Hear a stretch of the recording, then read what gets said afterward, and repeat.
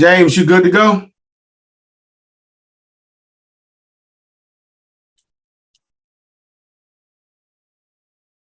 All right, thank you.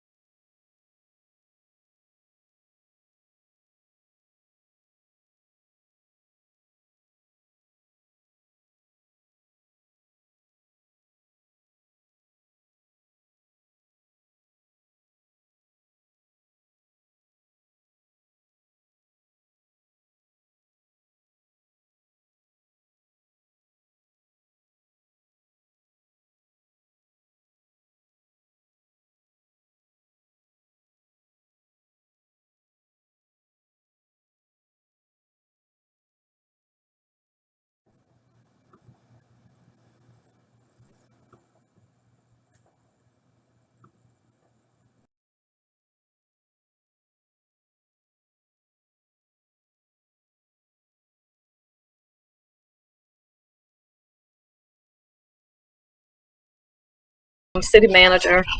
I'm going to start off, and then Recording in progress. Is going to proceed after me.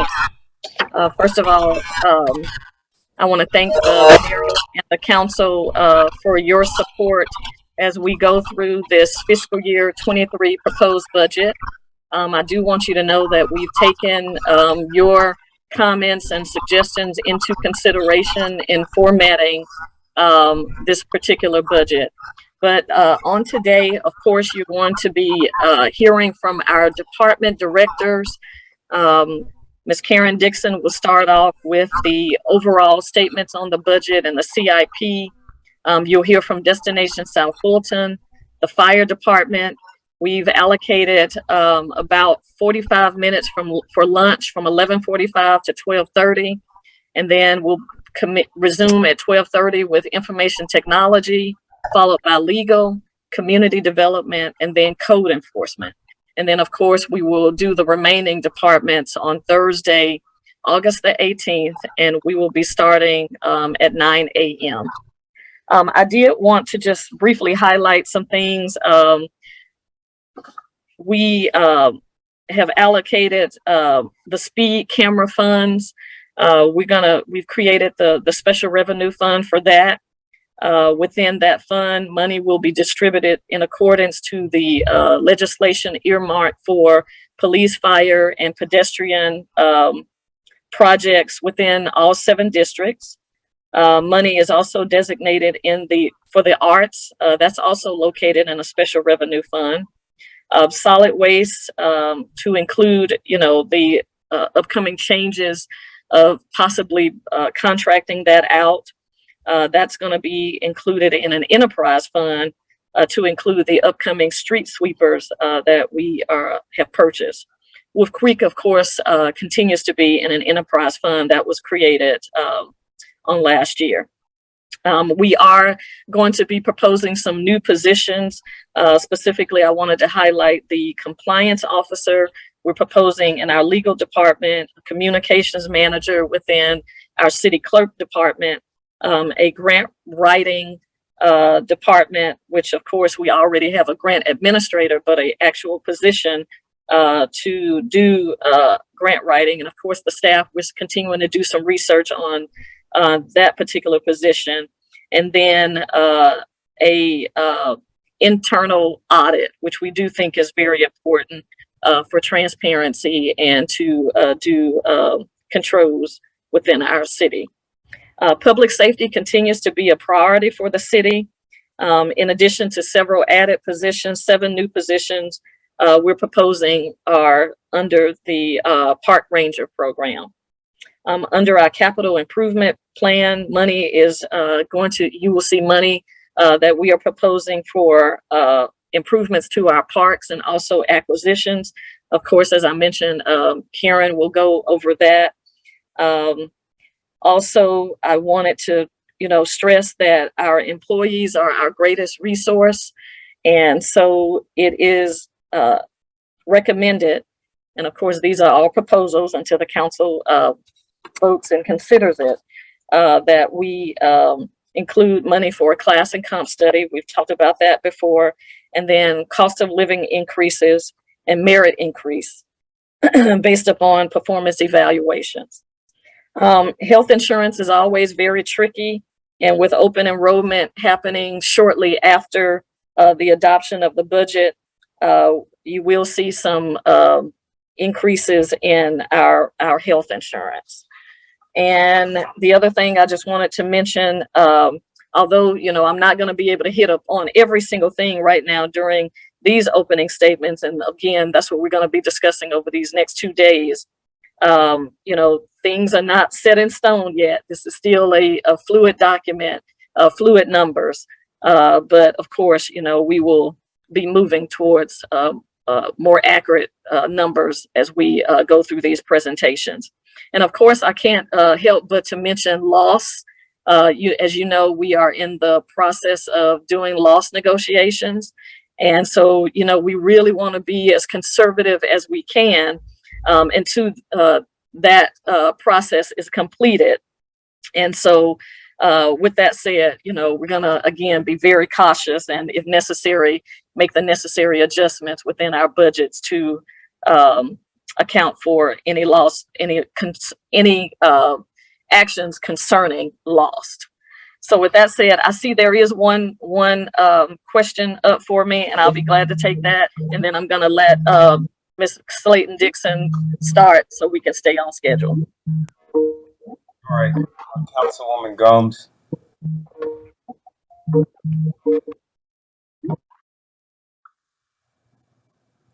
Councilwoman Gomes, do you still have a question?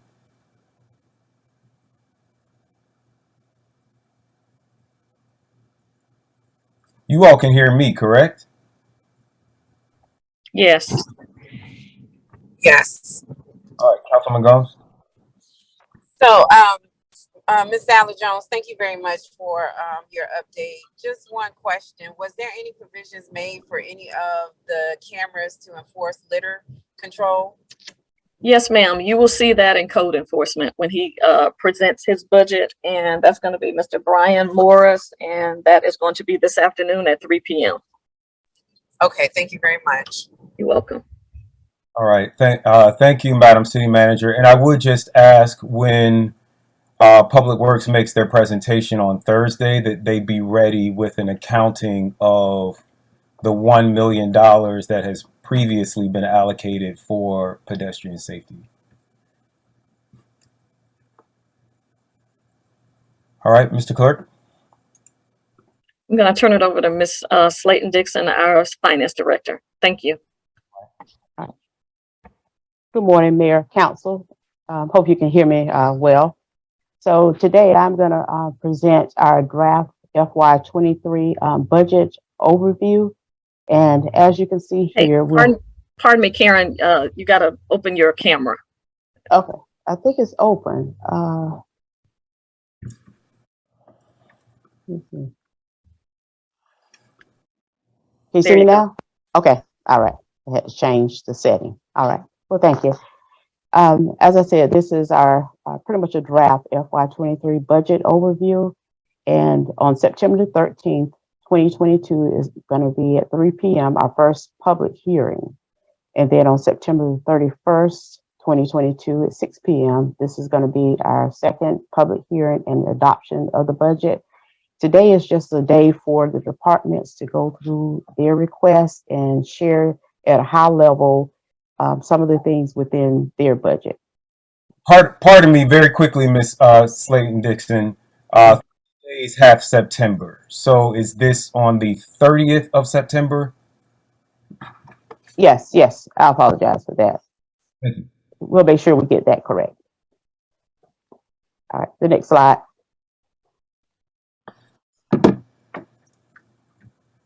Okay, and here just kind of just stating what the state legal requirements are based on the Georgia Official Code 36-81. And basically this is just saying that each municipality is required to adopt and operate under an annual balanced budget for the general fund, special revenue fund, and each debt service fund. So your enterprise fund, like the solid waste fund, they don't have to operate under an annual balanced budget, even though we do. Here, each municipality is required to adopt and operate under a project-linked balanced budget for each capital project fund. And then each municipality is required to notify the public that the budget proposal is available for public review and conduct a public hearing at least 1 week prior to the adoption of the budget resolution or ordinance, which we will get posted in the local newspaper. And then finally, amendments. Any increase in appropriation at the legal level of control of the local government, whether it's accomplished through a change in anticipated revenues in any fund or through a transfer of appropriation among departments, requires approval of the governing authority. So this just basically states that we can't move money from a personnel salary line item or a capital line item without going before mayor council to get approval on that item. Next slide. Okay, and here we have the budget process. So this is kind of explaining the steps of how the city of South Fulton budget operates. And basically the budget serves as a policy document, a financial plan, and an operation guide and communication device. So right now we started out in the planning phase, which we started around June the 1st. We organized everything, and we're basically going to present some recommendations to mayor council, and then on today we're presenting that process, and then also we'll have a discussion, and then we're going to adopt, and then the final piece of it, clerk, I'm not sure if you can go down so that I can see that last piece. If not, that's okay. It says amend. So that's just basically saying that we will amend the budget as needed, which the city this year did a mid-year budget amendment. The next slide.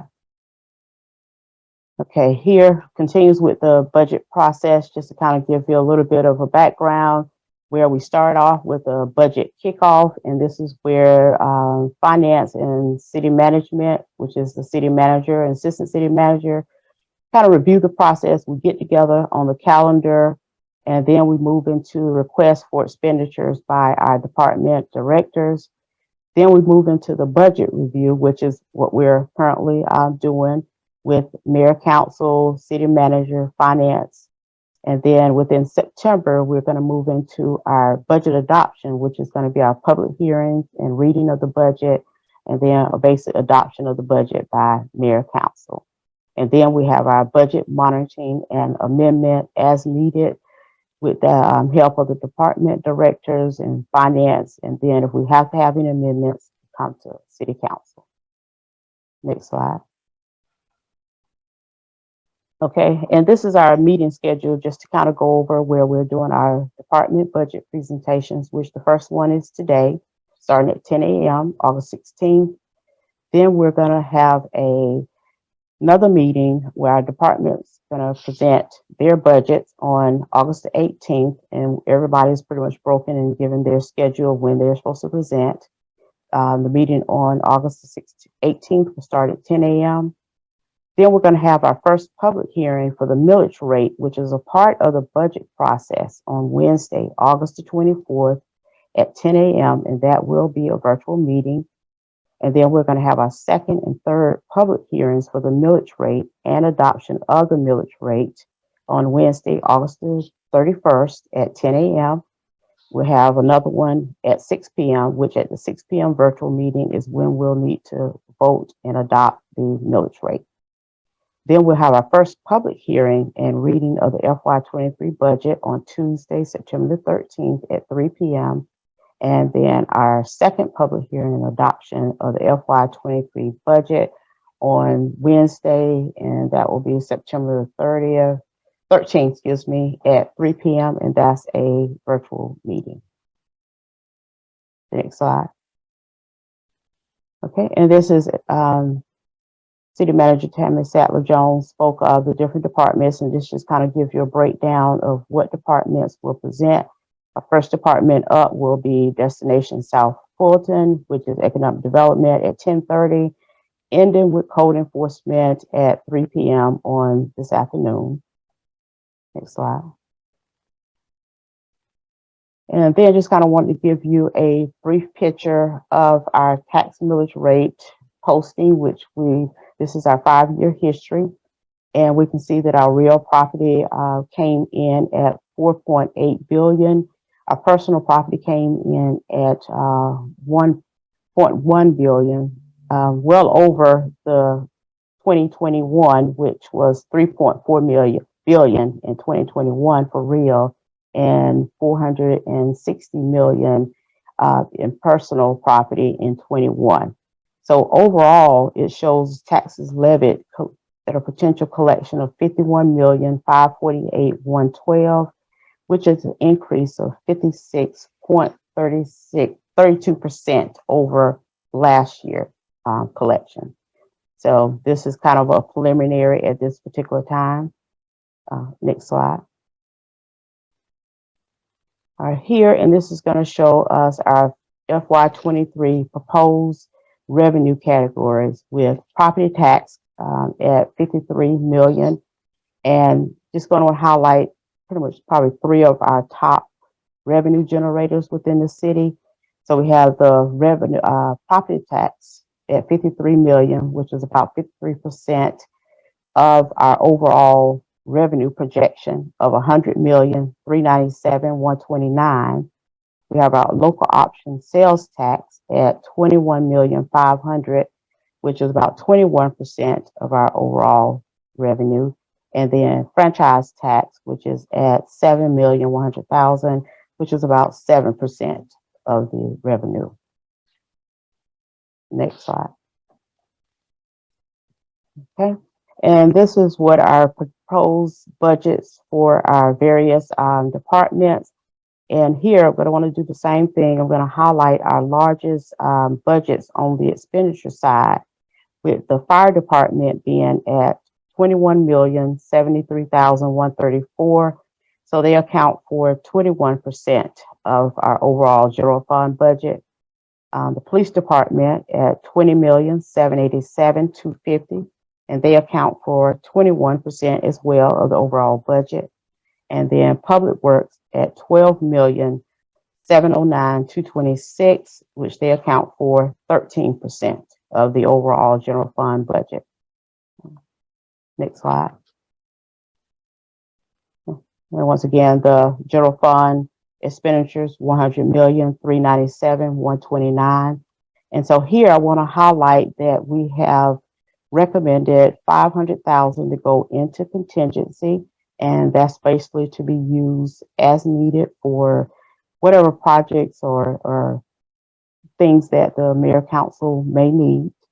We are recommending $300,000 again for transfer out to the blighted properties, $1.9 million to E911. Then I want to highlight here one that we've actually added for other debt, we're recommending that we put $438,819 into other debt. And I'll explain that a little bit more as we move into the capital projects. And so we're asking to transfer to Wolf Creek Fund $1 million for FY23, and then also to transfer to the Public Art Commission at least at the 1st of January of 2023, transfer to the Public Art Fund $150,000. We'll move to the next slide. Okay, and then these are our capital projects here. So I'm just going to highlight at least a couple of the projects. I won't go through each one of them individually. So I'm going to start with the Parks and Rec, where we've recommended Cedar Grove Park for $300,000, and also citywide park improvement and acquisitions. And this will be to improve any of the 19 parks within the city of South Fulton, and to acquire any other items that they may need within those parks. So total parks and recreation request comes up to $1,698,400. Then I'm going to move down to the Southwest Arts Center and just highlight two of their requests, which is the lighting of the Southwest Arts Center for $60,000, and then the sprung floor in the dance studio for $60,000. Their total request comes up to $205,000. And then I'm going to go down to the police department, and we'll go to the second page for me, second slide. So for the police, just want to highlight the one item where we have asked for $500,000 for property and evidence building, and then $2 million for PD headquarters building. So their total capital request comes up to $3,728,447. Then we move into Public Works, and they have a fueling station upgrade for pumps, which we're recommending for $1 million. Their bridge maintenance citywide for $1.5 million. And then the largest, which is the FIB resurfacing, which is $4,328,588. You go to the next page slide for me. So for Public Works, their capital request comes up to $13,710,588. And you move to the next slide for me. And then lastly, the fire. For the fire, we're recommending just two of their items here, just a highlight, would be the fire apparatus replacement, which is $1,400,000. And then the renovation of Station 6, $2 million. And so the fire capital request comes up to $8,335,675. Go to the next slide for me. Let's see, go back up. I apologize. One more. Okay. For some reason, the slide got cut off, but the total capital request for all departments came up to $27,678,110. And so the city at this time, finance, city manager's office, we're recommending that we fund all of these capital requests because we project that we're going to have a surplus that's going to roll over into our fund balance at the end of the year. So then the city can go out for funding for these particular projects and have the resources to be able to pay back that funding source, which you'll hear more about from our assistant city manager at a later date. So that concludes my part of the presentation. All right, I am going to open the floor for questions. I guess we'll just use our hands in the chat box. Mr. Adams, I don't see a queue in Novus agenda for this. Can we create one? Yeah, let me work on it. Yeah, this meeting wasn't created as an official meeting, so it's not in Novus, but let me see what I can do. Awesome. All right, and so right now I'll just recognize these hands that are on the screen, starting with District 1, Dr. Rao. Thank you for recognizing me, Mayor. quick question. I know there was a discussion about a replacement of a fire station and additional fire apparatus. I was under the impression that we had brought all our fire apparatus up to date. Can you confirm that? And then the other question is, do we have enough for the fire headquarters? Because I think I heard the amount of $2 million, and I'm wondering if that's adequate. No, and we, I was gonna say Chief Jones is on the line, but I can also assist with the fire headquarters property. Because it is a 24-month bill, we will take out various construction loans, but in year one, starting in October, we anticipate that year to be the year of architecture and pushing some dirt around. So that's why it is split between 2023 and 2024. With the major construction taking place in 24. Okay, can you speak to the fire apparatus and the replacement of the fire station? I would defer to Chief Jones if he is available. We can wait if it's I can wait. Those are questions I have when we get to fire, because I know this is an overview. Thank you. All right, then Councilwoman Willis. Thank you for recognizing me. So these presentations are not official meetings that we typically have done in the past. I mean, I know you all have done presentations, and I know we don't have you're trying to stay on schedule, so don't leave us a lot of time to ask questions. Are you all going to, Ms. Sadler-Jones, meet with the city council in less than a quorum like they have done in past, so that we could ask more detailed questions? Because if that's the case, I can save a lot of my questions that I do have. Yeah, we can do that if that's the will of the council. We can have those individual meetings, but right now, Councilmember Willis, if you have some questions now, we can try to attempt to answer those, and then those that we cannot, we can always circle back with you and schedule the individual meetings. Okay, well, I'll ask at least just 3 of them right now. For the revenue for Fulton County Boulevard, has it been accounted for in this budget? Because I know we couldn't do it last year because Fulton, it didn't come in until after our budget cycle, but it is in our budget cycle this year. So is the revenue accounted for in this budget cycle? yes, Councilman Willis, yes, it is. That is the one reason why we had to go back and re-advertise on our property tax, because it did increase up to the 53 million. So that's what really has helped us to balance the budget.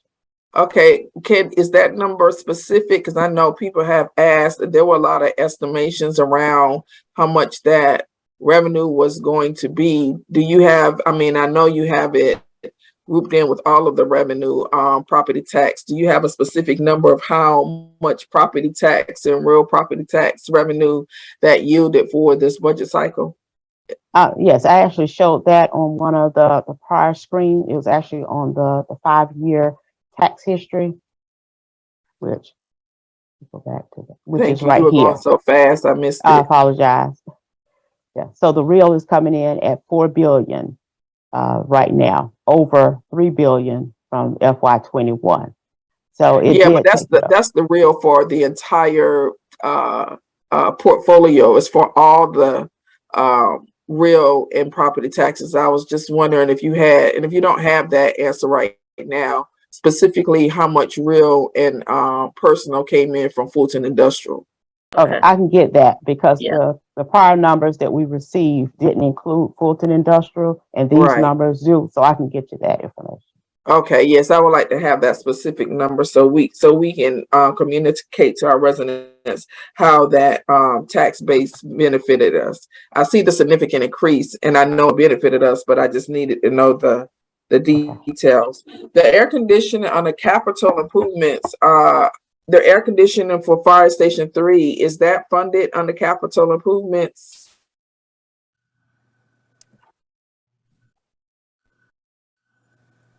Go to the next page, next slide.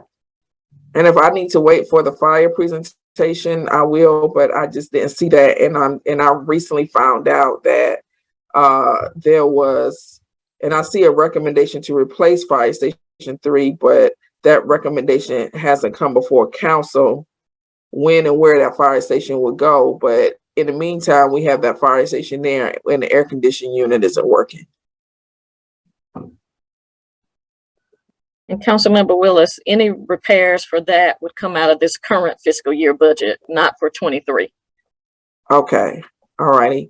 And then lastly, Ms. Sally Jones, is there anywhere in this budget where we're going to fund the Feeding the City initiative? I know last year we put 200,000 in it.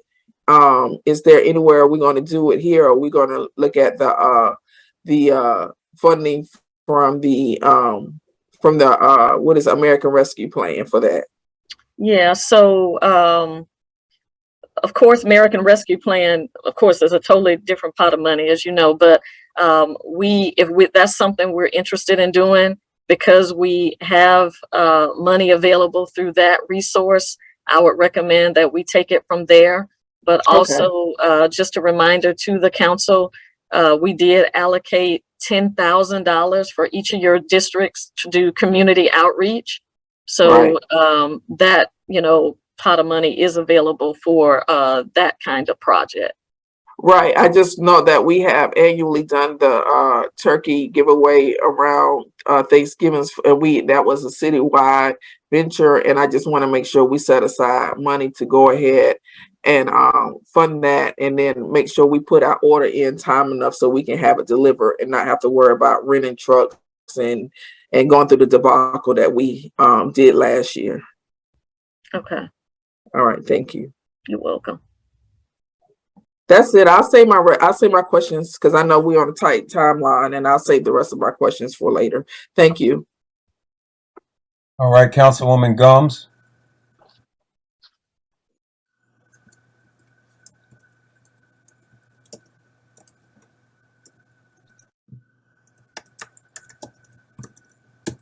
Councilwoman Gums going twice. Oh, I'm sorry. I couldn't hear you. I apologize. Just to respond to City Manager Sally Jones. So will another 10,000 be allocated for community outreach for this fiscal budget, or is that just for the previous budget?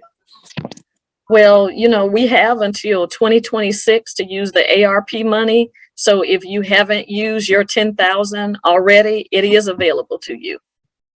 But if you have, are you planning to allocate for this year's budget at another 10,000 for outreach? Well, I had not for the ARP money. I had not. But if we feel like there is a need to do that, we definitely can. But the council, you all took the recommendations that I provided to you and approved those for how we would fund specific projects using the ARP money. For example, rental and mortgage assistance. We have the small business grants that we're going to be doing. We are going to be now taking some money from ARP to do the security cameras in our parks and in our fire station. I think based upon what the cost was for specifically the turkey, because I was, kind of involved with that one, I think we would have funds available to do that project again. But I guess I would need to know what you would want to do, and then we can determine if it's eligible use for ARP, and then we can look at that as a funding source. Okay, thank you. Okay, you're welcome. All right, thank you. I'm sorry, and Madam Sally Jones, just as a follow-up question, were you saying that 10,000 additional dollars were added to each of the 8 members of council for ARP funds? Did I misunderstood? Yeah. So one of the recommendations was community outreach, and we allocated $70,000 for each council district. That's $10,000 per district to use for community outreach efforts. Okay. I have questions about the some of the other things that I heard today. So I just want to be clear, the millage rate dates are now set, Ms. Dixon, for the 24th and the 31st. That's correct. All right. Public art is under what department?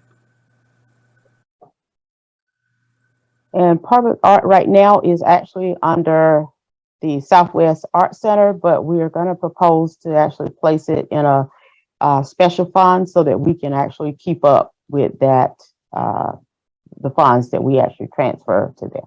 But the public art monies that have heretofore been spent, that will be under the parks budget.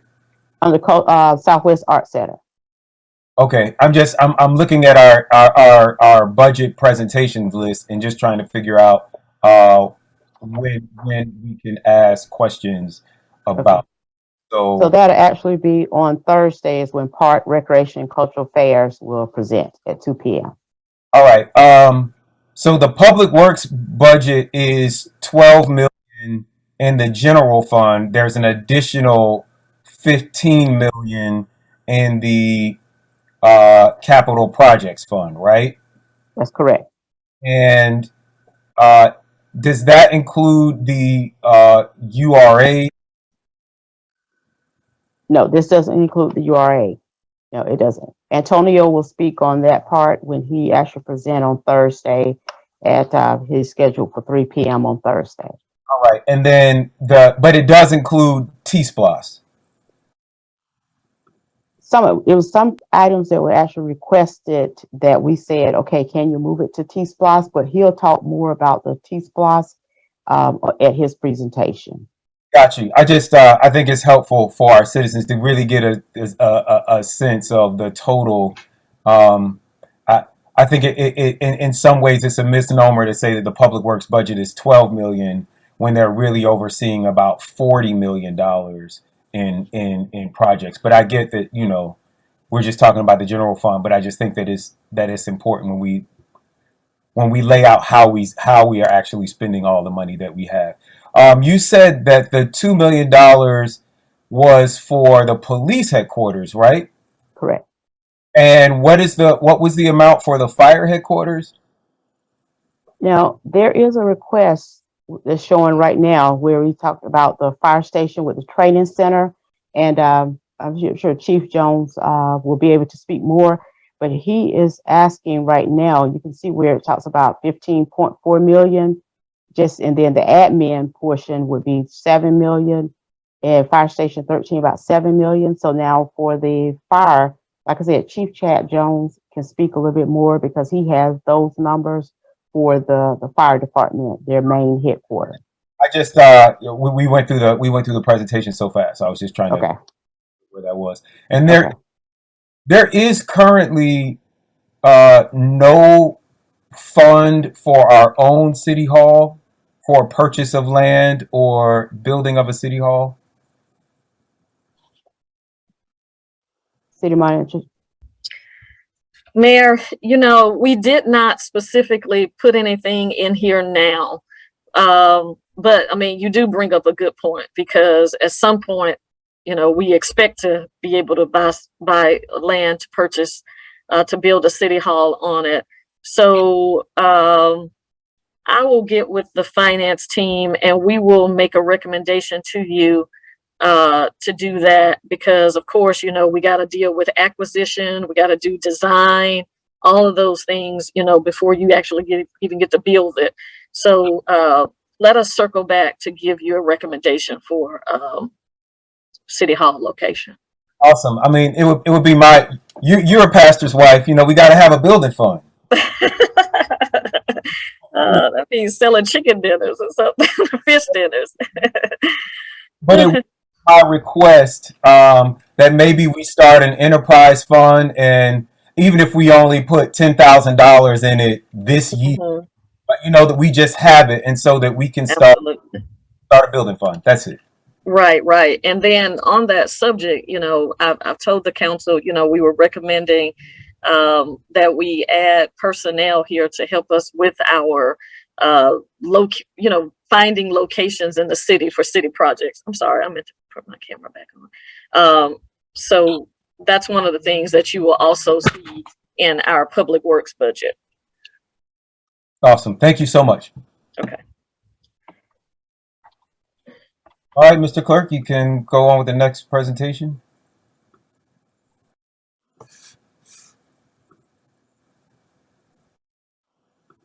I think economic development is up. Mr. Jones?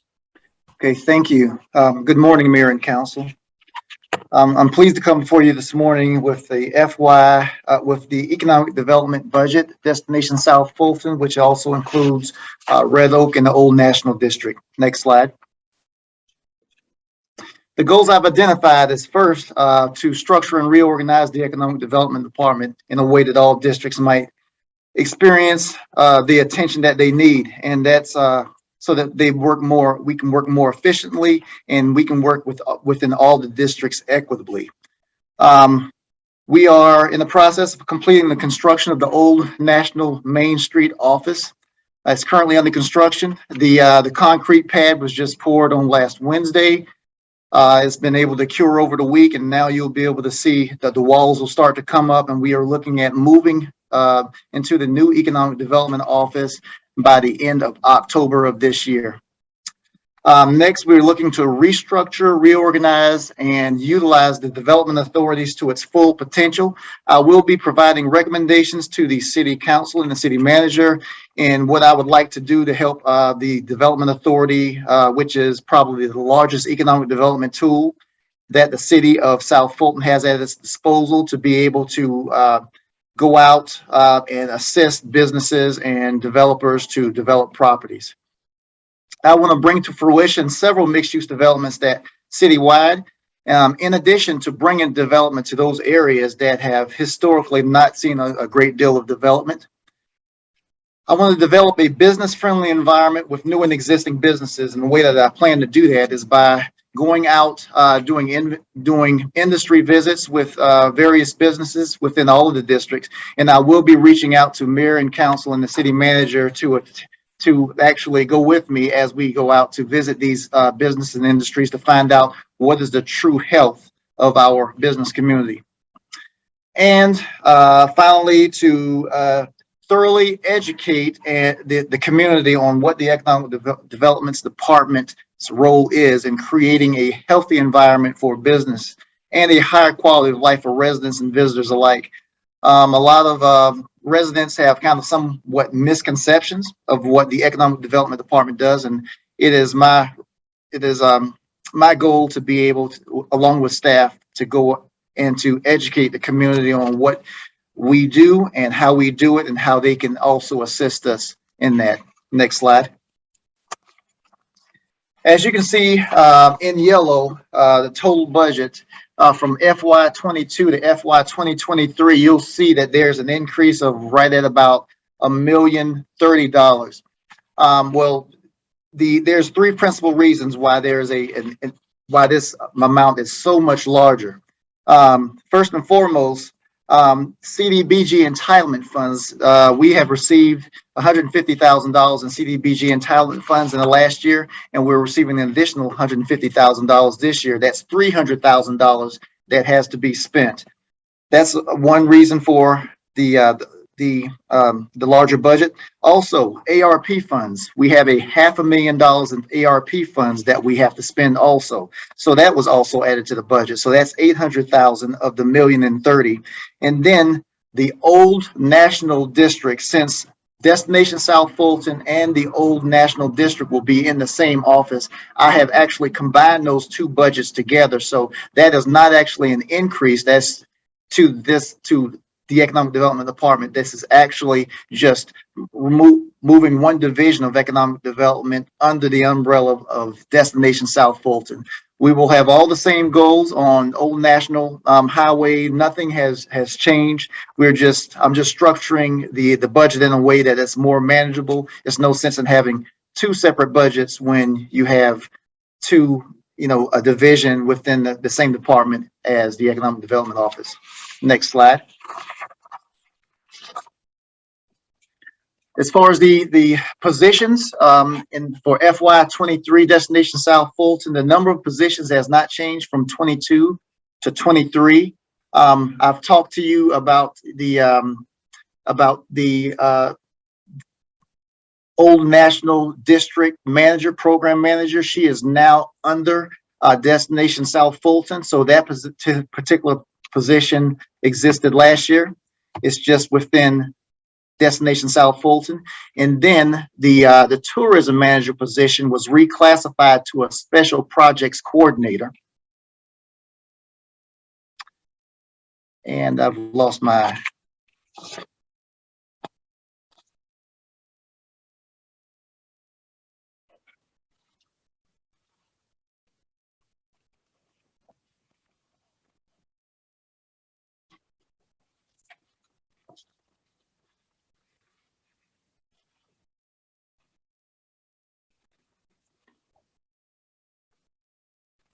Yeah, excuse me, the computer restarted, so let me get you back. All right, no problem.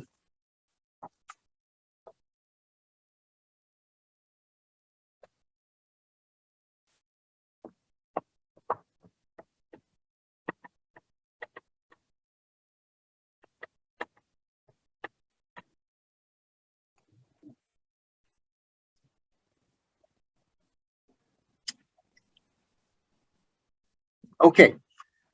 We have the same positions last year as we do this year. The only new thing that you see on the screen now is the special projects coordinator.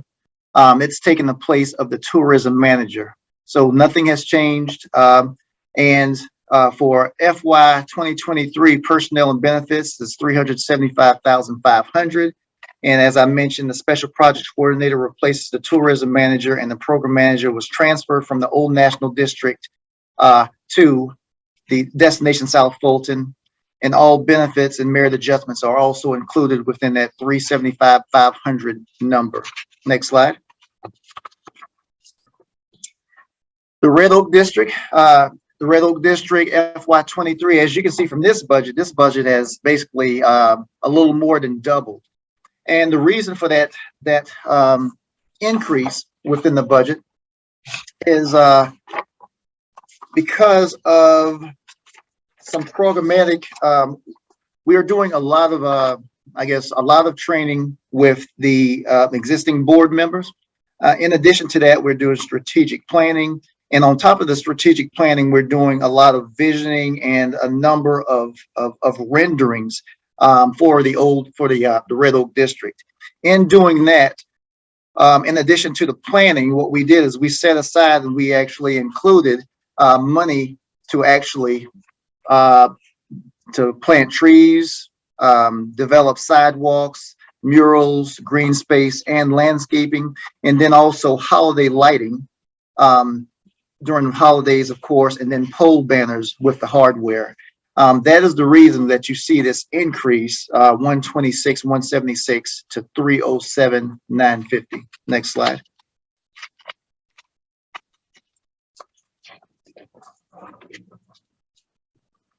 And then the Main Street Department still has one position, and in FY23, it'll continue to have one position.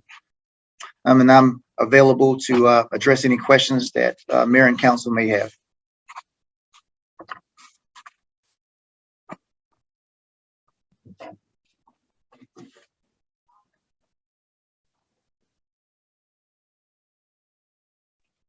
I have my hand raised, so I'm waiting on you to be recognized, Mayor, whenever it's my turn. You're on mute, Mayor. Councilwoman Willis. Thank you for recognizing me. Mr. Jones, we have a development authority and a downtown development authority. I would like to see recommendations come to this council for both authorities, not just the development authority. I don't know if you misspoke, but you just mentioned the South Fulton Development Authority. Are you bringing recommendations for both authorities? Well, yeah, I'm sorry if I misspoke. I was referring to the development authorities. I said the development authorities, I was going to bring recommendations to Mayor and Council for the development authority so that they would operate more efficiently. So it was both of them, the South Fulton as well as the DDA. Okay, thank you. Also, I just want to make sure that you talk with Georgia Power about the poles on Roosevelt Highway, which ones we will be able to use, because when we do talk about banners and lighting, we will have to, and the reason I know this because I had to go through it with hanging banners on the poles at Walkmart Park for an event. They do charge, so I just would ask that you talk with the government affairs person to get a true pricing on that, so that we could make sure that your budget is accommodated for if we're going to do holiday lighting and banner hanging, because we will have to pay Georgia Power for every month, or we have to pay them a fee for using their poles to hang those items. We don't own our utilities like a lot of municipalities do. Yes, ma'am. I have Caitlin actually working on that. We have been talking about 2 months ago when she said she wanted to do pole banners, and she's already working on that. Yes, ma'am. Okay.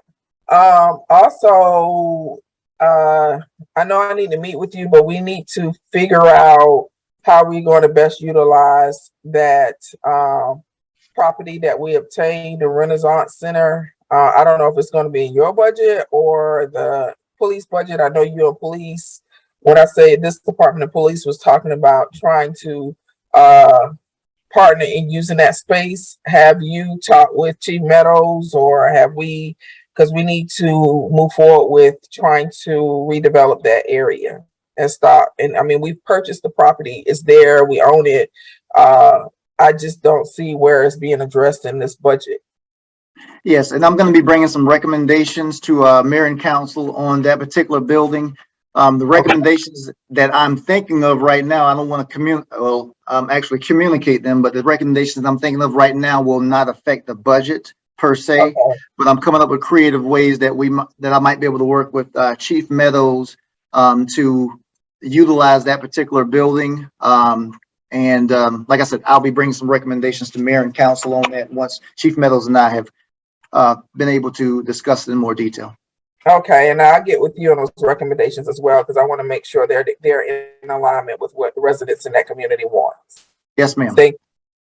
All right, thank you. You're welcome. All right, Mr. Jones, and then just one follow up in your discussion with Georgia Power.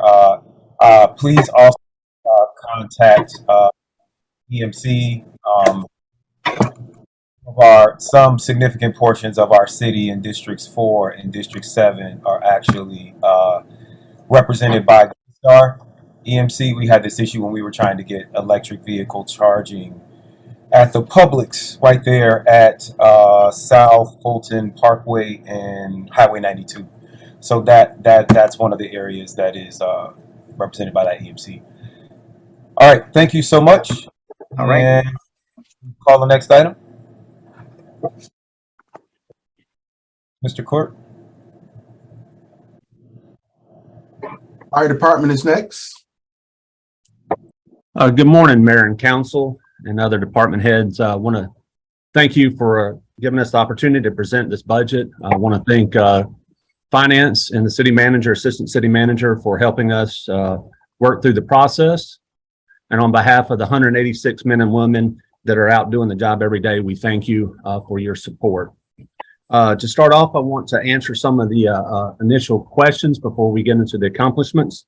The air at Station 3, we have been following up on it. It is currently working. It is an old antiquated system that is breaking down. We did install some portable AC units that's working currently and keeping the station cool. We are working with General Services, Antonio, on getting a quote, and we have allocated money to make those repairs, as the city's manager said, in this fiscal budget before this budget goes through. So as soon as we can get those quotes, we'll be moving to get that replaced.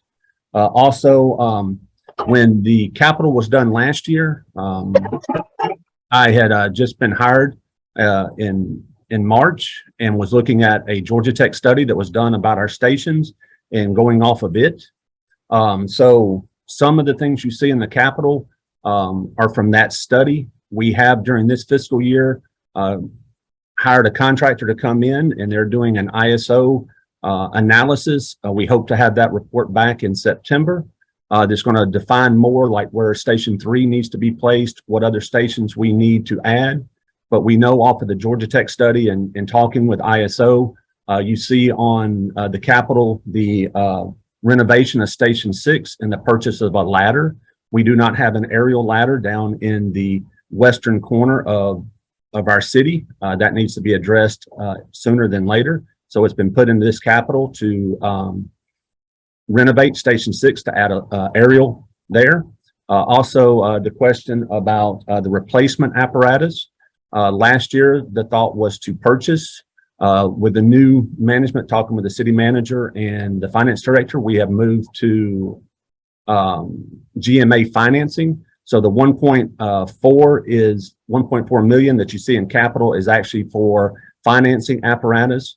Currently, it takes anywhere from 18 months to 2 years if we purchase an apparatus to get it built and delivered, just due to supplies. So we will be ordering apparatus this year to be hopefully here in 24 and 25.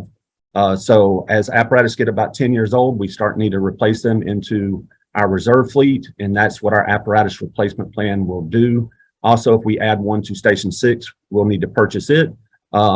If we get funding for the new fire department headquarters, initially when we talked, we were going to have different locations for headquarters with training. Now that we are trying to build a complex, the initial report back is that complex is going to be over $40 million to build completely out. We are looking at financing options for that, but would need to order an engine and a ladder and other equipment for that station once we start building it. I believe I had covered all the questions that were asked in the front, but I'll be willing to take any at the end of the presentation. And again, thank you for allowing me to present this. So the fiscal year 22 accomplishments, what we did is we had a strategic planning meeting. We used the city's 5 strategic goals along with the city manager's strategic goals, and we came up with our own goals to meet those objectives. We have 6 organizational priorities. We put our people first. So as you see, human resources, through this year, we have hired 34 new people. We have 15 in the academy currently, and currently we run about 12 vacancies, but we are in the hiring process. The next group of recruits are going through our physical agility at the end of the month. We have promoted and done promotions for battalion chief, captains, lieutenants, and sergeants. Currently, as you see, we've promoted 20 sergeants, 10 lieutenants, 7 captains, and 3 battalion chiefs. We've also implemented the new pay scale through the contract with the union. We've launched our mental health initiative. We have created and filled new positions of the Director of Emergency Management, EMS Instructor, a PIO, Captain of Inspections, and a Captain of Community Risk, as we have moved to increase our communication, our training, and our community involvement. We've implemented the performance evaluation program, and we continue to improve our health initiatives with cancer and heart attacks, and also now with the mental health. We also want to emphasize professional development. So we've conducted the exams. We've implemented a new training platform, Vector Solutions, which is going to help us with our ISO rating, because now we're tracking and maintaining all records of our training within a cloud-based database. And we're able to also use technology to do training, so personnel can actually train and do classes at the station and not always have to be out of position. We've implemented the new EMS training platform. It's all in-house, and we're moving towards hosting our own EMTA and paramedic program. We currently are teaching EMT basic. We held our first all-women's camp, which was highly successful for high school age women. And currently we actually have 2 of those young ladies in our application process going through to be hired. We also drafted our first career development handbook. One of the things my personnel told me is they wanted to know how to climb the career ladder, and we're giving them a step-by-step, class-by-class, how to promote and move up through the organization. Emergency preparedness and response is our mission. It's what we do each and every day. We completed the county hazard mitigation plan. Fulton County's mitigation plan has to be updated every 10 years, adopted by FEMA. Since we were not a city 10 years ago, we were not included in it. Thank to all the department heads that worked. It was a heavy lift. Within 3 months, we got the hazard mitigation plan completed, turned in, accepted by FSEMA. It's been through the FEMA process, and now it's on the August agenda for y'all to approve the hazard mitigation plan. Also, all cities within Fulton County are having to adopt the new plan. We've held several COVID vaccine events throughout the city and continue to push for those to be vaccinated. We've also worked with the ARP money to incentivize it. Sorry, I saw something pop up in the chat. We are completing our ISO feasibility study, which I mentioned earlier, and we began pre-fire planning program, which was not being done previously, which is also an ISO requirement, and also the hydrant inspection program. You'll see later on, we also want to reevaluate the way the program is going because of the number of hydrants. We have over 5,500 hydrants in our city and only 11 apparatus to try to get out and get them inspected and painted each and every year. So we need to come up with a better, more efficient plan, also a better communication plan to let the citizens know when we're out doing it. We've held several classes, pipeline, air monitoring. We began the National Incident Management System and ICS, Incident Command System training, which is also ISO requirements. We have gone through and updated all of our IGAs and mutual aids with our cities surrounding us. And we've updated the CAD, which also will assist us with our ISO rating. You may see or hear that Fairburn or Union City might have got on scene first. If they're closer, that's the plan. Use our resources around us to help our citizens. Facilities, equipment, and technology is one of our critical needs that we're basing on, but we are working with General Services and the URA to get generators installed at 1, 4, and 7. All of them are on timelines to be completed within this fiscal year. And then also, you also hear from Antonio talking about the renovations of bathrooms, kitchens at 1, 4, 5, 7s, and 8s. 3's retaining wall has already been completed. We have been able to update our fleet with a Suffin ladder at Station 11, engine, a Rosenbauer at Station 8, which will be going in service later this week, and 2 Marions 5 and 11 engines that'll be going in the next week. Those are completing their training and having their radios put in, and we will be having push-in ceremonies for everybody on different dates in September. We also implemented our air unit, which hadn't been in service in over 5 years. It is currently out being refurbished and having a new compressor put on, and we expect it back in service next week. Our tender, which also hasn't been in service in 5 years, has been sent out, going through refurbish, and should be back at the end of this month to be going to Station 8. In Station 8, District 4, you have areas that don't have hydrants, and that tender will be carrying almost 3,000 gallons worth of water to help us, along with Engine 8, for any fires that we may encounter. We have purchased the 51 acres down on Cascade Palmetto and completed our conceptual design and are moving forward with trying to locate financing and also working on an RFQ with procurement to get an architect and a contractor. Next slide, please.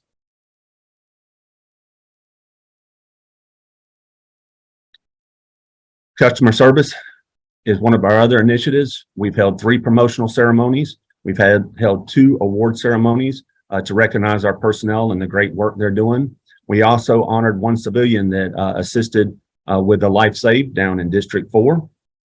We have given away 100 weather radios to elderly residents in our emergency preparedness, and we have attended multiple events, whether it's the backpack giveaways, ice cream socials, and other things. We continue smoke alarm and car seat programs and host monthly events. We've continued our 3rd grade education program, which is also not only a state requirement, but an ISO requirement. Finally, our peer program, which is to inform everybody about what's the great work we're doing. So we hired a PIO to assist with communications. We're improving our communications with social media each and every day. We're growing that platform. We're working on a 5-year celebration. The fire department will be 5 years old next February 28th, and we're planning on having a celebration and a yearbook to send out. We are designing a cellular application for notifications such as the city and PD already have, and we are developing a plan for the emergency notifications for our citizens. We'd like to develop and have published by the end of the year an annual report. And we are completing the draft and hopefully getting published our 5 and 20-year strategic plan. We've made significant improvements with Gary in our website, and we are continuing to leverage technology to assist in our mission. Now for our goals, and next slide. Our goals and objectives for this fiscal year, which the budget is supporting along with the capital and our human resources. We still continue to update all our policies and procedures. We're going to implement a new safe structure program for incident command to make it safer for us to work on these hazardous scenes. We're going to assist the city manager and finance with a citywide compensation study. We want to improve our performance evaluation program by making sure that there's a commitment program in the beginning. We also want for retention to build an onboarding and a mentoring program. And we're going to continue to improve our blended recruitment process. Currently, we have not had any problems with our recruitment, and we want to continue that way. And we want to continue to hire and promote as needed. And we definitely want to continue and grow and develop our mental health initiative, because it's one of the things we know that is needed not only in the city, but in our profession. As far as our professional development, we're going to implement the professional development handbook and policies. We're going to continue to work with the state and the school system to implement a dual enrollment system that'll also be for recruitment, but the cadet program and the dual track to hopefully hire high school seniors right out of high school into our department. Some of the programs we don't have that we're going to implement is a company level training, the backup driver, and the seat rider program. Also, we need to develop a field training officer program for oversight of EMS. Currently, want to pause there. We're on a path to run over 19,000 calls. 75% of that 19,000 calls is EMS. So we are going to be focusing on expanding our EMS program, not only with rescues, but quick response vehicles. And we need the training officer program to assure that our medics are doing the best that we can. We are implementing a leadership development program. Continue on, next slide. And in emergency preparedness and response, we want to continue to improve and develop our performance metrics. We currently have some, but you'll see on the August agenda, a new RMS system, which actually has analytics and data driven so that our metrics will be data backed. We want to implement the national response benchmarks. This is also out of the ISO study to show us where we're going to need other equipment or stations, and develop and implement the EMS expansion plan and program as I've already talked about. We want to continue to develop and grow our special and tactical operations. A city our size, we have a lot of water. We need a water rescue team. We have our hazmat team, but at any given time, you may need the specialty as others have with the search and rescue teams. We're also working with PD for a SWAT medic program, and working with PD on some other programs that'll help citywide. We have to implement a pre-fire planning program, evaluate our hydrant program and adjust to keep up with ISO requirements. We are going to continue to develop the emergency management office. We have asked for personnel, which has been granted in this budget, to help us grow that office, and with inspections. The National Incident Management System Training Program, we're going to implement for the city. For the city, everyone from the mayor, the council, and department head should be NIMS compliant and know what to do in an emergency. And that goes off along with the continuity of operations plan, a COOP plan in case of emergency. Anything from a cyber attack to a tornado, how do we continue to have operations to our citizens? And we'll be developing that plan this year. Facility equipment and technology, we're going to continue to improve our facilities. We're going to complete a facility safety and feasibility study on the stations we already have so that we know what we need to correct. We want to acquire more land for future stations, and we want our stations to be designed with playgrounds, community rooms for the community, because they are, for the community. Including the station need assessment for future growth and ISO improvement. We want to continue with the apparatus and vehicle replacement plan. Hire a fleet manager, which is in this budget, to develop and implement a vehicle preventative maintenance plan, and install air quality systems for removal of diesel fumes from the station, which is also in our capital. And we want to change all the signage Currently, some of our stations either don't have signage or some of them still have Fulton County. We want to make sure that we are branding ourselves as the city fire department and as the city when we're out there, and that, you know, we have the accurate signage and lettering. And we want to conduct an impact study on purchase versus lease equipment. What that is, a lot of our gear and things like that are very expensive, like turnout gear. And there are programs out there where we can lease or rent instead of purchasing. Our turnout gear is almost $7,000 per person. It is fitted to the person. So if they leave, we have the gear that a lot of people cannot wear. Several departments are looking at this, going to a lease rental. So I may be bringing a recommendation to the council to do this because we're spending quite a bit of money each budget to purchase gear, and then we own it, and then we don't have any use for it afterwards. So also adding in the health and safety so that it's cleaned and repaired. So that is a big deal for us to look at. Next slide, please. The customer service, we continue our internal acknowledgement of our employees and what they're doing. We want to continue to grow the community risk reduction.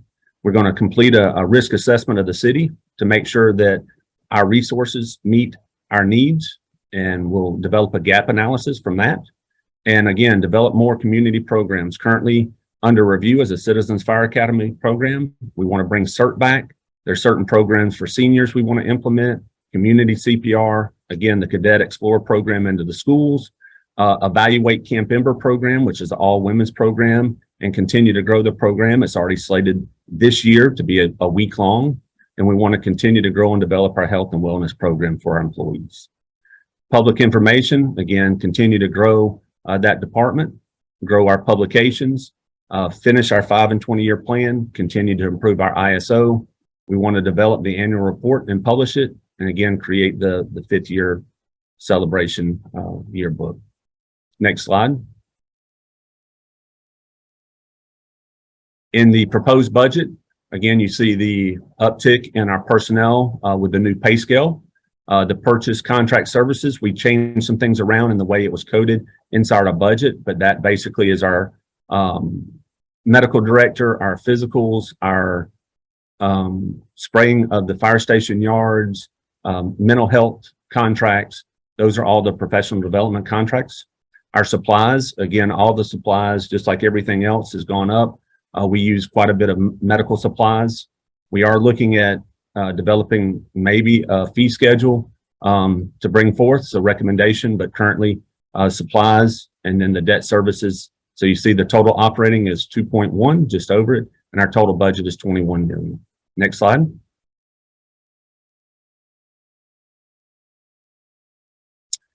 As you see, we have asked for personnel, and the ones that have been granted, we are increasing our head count, hopefully by 6. Again, the fleet manager to oversight of our new apparatus, making sure that preventative maintenance is being performed and all checks are being done. The 2 captains, one will be going to the fire marshal's office, as we have no internal affairs. It'll be a captain of investigation, so they'll be over internal affairs and arson. The other captain will be going to training and development of our EMS program. The 2 lieutenants will be in inspections to help us because of the number of new businesses, plans, and then the firefighter will be going to CRR to help us with recruitment and development of community programs. Again, also included in that is the COLA and merit adjustments that were mentioned in the front. I think that is my last slide, and so I am available for any questions you may have. All right, thank you so much. Just to let members of council know, the queue is now open. If you want to get in the queue, I do see Councilman Sebastian's hand raised. Thank you, Mr. Mayor. Chief, thanks for your presentation. I do have one question. I don't know if I misread the table, but I was looking for it in your presentation. In Ms. Dixon's presentation, I thought I saw some allocation of $2 million for Fire Station 6. And I wasn't sure what that was about because I know that's one of our newest facilities. So if you know of that and can expand on that, that will help. Thank you. Yes, sir. So what that was in the Georgia Tech study down in the western corner in District 4, you do not have an aerial apparatus. You have 3, 6, and 8. Looking at the Georgia Tech study and the placement of apparatus, it was recommended that Station 6 have a ladder. So Station 6 is a double bay, so a ladder would fit in there. However, the station does not have accommodations for any more than 4 personnel. So what the $2 million is to add on to the side of the station, and that is to construct more living quarters, maybe another office, but on that side to house more firefighters, so that Station 6 would also have an aerial apparatus to respond to fires, car wrecks, and anything else in District 4. Okay, thank you. Yep, the history of that station wasn't supposed to be that small, but we won't revisit history. But thank you very much for keeping on top of that. Thanks. Yep. Mr. Jones, first let me ask, I didn't see anything in the budget for a fire station in District 6. Is that correct? That is correct. We are, again, waiting on the ISO report to come back in. We do have money allocated for land purchase, and then we'll go from there. Station 7, replacing it, we are looking at land down on Oakley, and so we would continue to look in District 6 on the FIB corridor for land and area to build another station on that side and put one in District 6. But we are waiting on that study to identify exactly where they need to go. Awesome. And then could you say a little bit more about the air unit? Okay, so our air unit, obviously when we have structure fires or if we have any type of hazardous material, our firefighters wear the self-contained breathing apparatus, and they have air bottles. When I got here, our current air unit that can fill those bottles was out of service. We have an in-house one at Station 11. So the process was anytime they used any of their bottles, whether it was training or on a call, they were loading up bottles, running them back to Station 11, filling them. The normal process is to have a unit that has a compressor that responds out to the call and fills the bottles there. It can also be used once we get a dive team and some other things. So the apparatus, what wasn't working was the air compressor. So we put it in the budget this year in capital. The compressor took us about 6 months to get here just because of supplies. And the air unit has been refurbished and having the compressor put on, and we'll be back in service hopefully in the next week or 2. All right, and then lastly, just the increase in the number of units that can do emergency transport. So we are in the process of the specs and sending them out for bid. Once we get that, we'll bring the recommendation back to council. In our EMS expansion plan, we're looking at strategically placing 3 units that can transport and 3 smaller units that are just response vehicles. So we'll have 6 more vehicles added to the fleet that'll respond primarily to EMS, but they'll be capable of responding with companies on fire.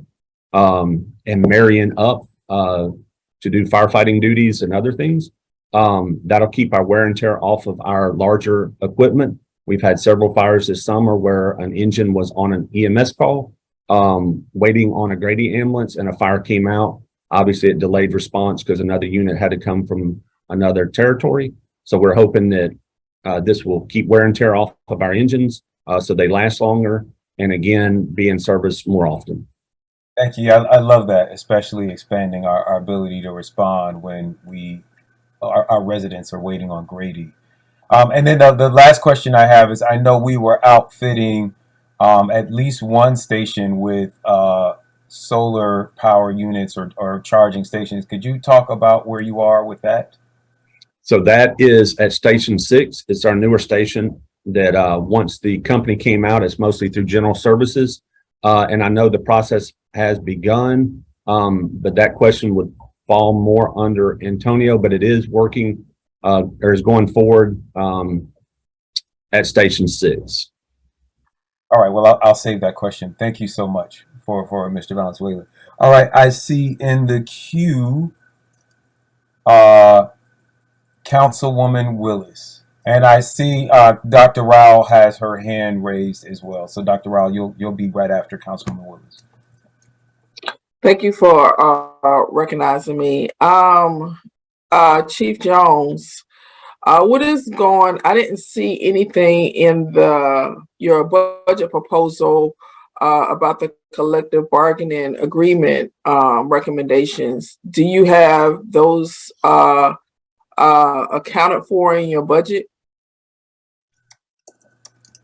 Yes, ma'am. The only financial impact in the collective bargaining agreement was with wages.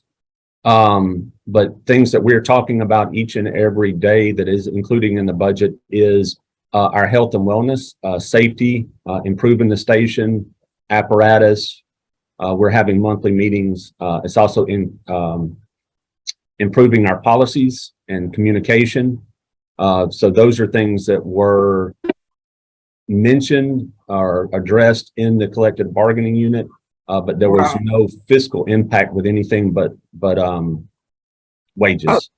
Thank you so much. I appreciate your presentation as well. I just didn't see a lot of the cost for your goals and objectives. I didn't see the cost of what it was going to cost to implement that. And so I would like to get with you and the city manager to make sure that what the wages, health and wellness, and apparatus, all of that stuff is captured in our 2023 budget. Also, can you speak with me about the air conditioning unit? Ms. Sally Jones said it's coming out of this year budget. And I know that you are recommending that we replace Fire Station 3, but I know we won't be able to replace it in 2023. So we want to make sure that our personnel is in good working conditions. Can you talk to me a little bit about what's going on with our air conditioning units? Yes, ma'am. We actually have 2 stations, 3 and 5, that were identified that their air conditions are old and antiquated. One of the things we've seen, just not in our fire stations, but also in our city and across the nation, with the increased heat, air conditioners are just not made to keep up with the temperatures we are seeing, and especially one that was installed, I'm guessing 20 years ago plus. So 3s has been constantly repaired. There was actually a repair person out there yesterday making repairs to it. 3s is our most critical need. And so we have money in our budget. We just need the quote and we'll get the company to replace it. Also, the way they ran the ductwork 20 years ago is they want to redo the ductwork to have the vents closer to the walls and things like that to be more efficient. But right now, to aid them, we have put in the 2 portable air conditioning units. We checked on them yesterday. They said they're working great. It is cooler. And again, some of the problems is the station design. The bunk room side has a unit. It is working very well. The unit, the side that has all the computers and dispatch equipment and the stove and refrigerator, that's the one that stays warmer. And the AC unit just can't keep up. So having it supplemented, did get it down into the low 70s. They said it felt real comfortable in there yesterday. So we're glad of that. And again, once we can get it replaced, hopefully, and when we get the quote, we'll be moving forward. The initial quote, I think, was around 15,000 is what we were told. And we have that in our budget to replace it now. So we're not going to wait. We're going to get it replaced. Okay. Thank you so much. And if I could, I don't mind, when we meet, I can show you, we itemized, we did our capital a little bit different this year under Karen, Ms. Dixon, and my Chief Riggs did an excellent job in itemizing everything. So everything that is in our goals and objectives, from EMS, community risk reduction, health and safety, training, technology, special operations, we've actually itemized and can tell you exactly what the cost and where it is in our capital to make everything happen that we want to do this year. Okay, thank you so much. Oh, you're welcome.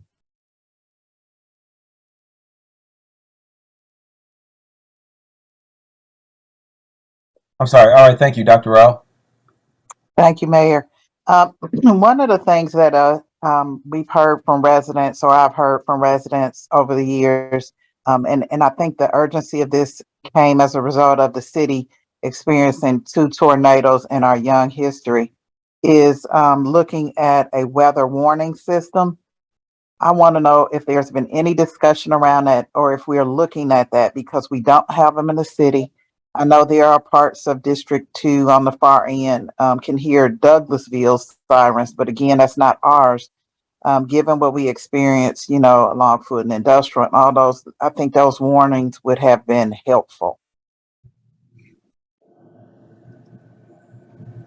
Thank you for the question, and I do agree. We have done some extensive research. The weather sirens, when you look at the data, a lot of people either can't understand them or don't know what's going on. The systems we've looked at have been over $1 million. And so we've turned our focus more on communication. So our initial plan that we rolled out, we looked at census data. We've been targeting the elderly that may not use technology as much as we do. That's where the 100 weather radios came out. We do have money in our budget to continue that program of giving those weather radios out. Fulton County actually has a free service called Falcon. It's downloadable to any device. What we're trying to do along with the PIO is get the basically messaging out. If we can get our phone application pushed out, that's another way.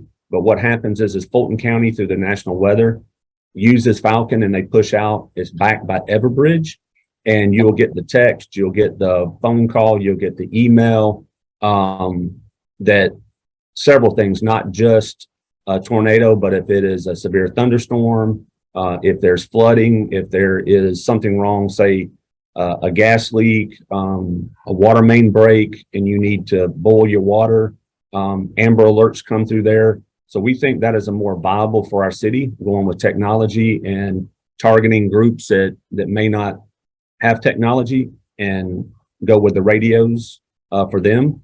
We have placed radios in all city facilities. The city hall, I believe, has 2. All city parks have 1. All fire stations have 1, and all police precincts have 1 to alert our personnel if something happens while we're here, or citizens are using one of our parks. We put them in all the offices. So we're going to continue that program. And unless we have a different, given a different direction, we're going to continue to try to get the Falcon and program pushed out, because again, that is a free service that Fulton County already has. And we can get not only to our residents, but visitors too, and businesses. We just have to communicate better what we already have in place. Yeah, I hope we look at maybe a hybrid model as it relates to this.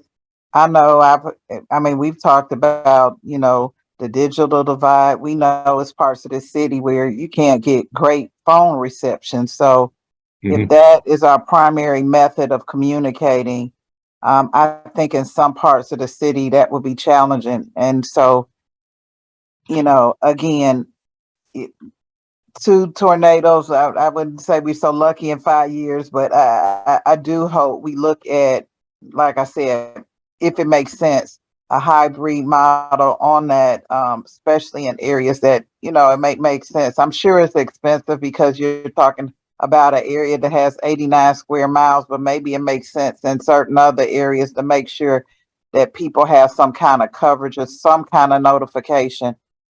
So that's just my general comment. And even if it's not this year, for us to begin to really think about that, because it could be there with at a future budget modification or the like.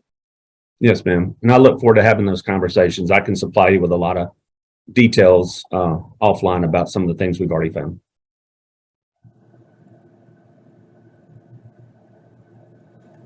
All right.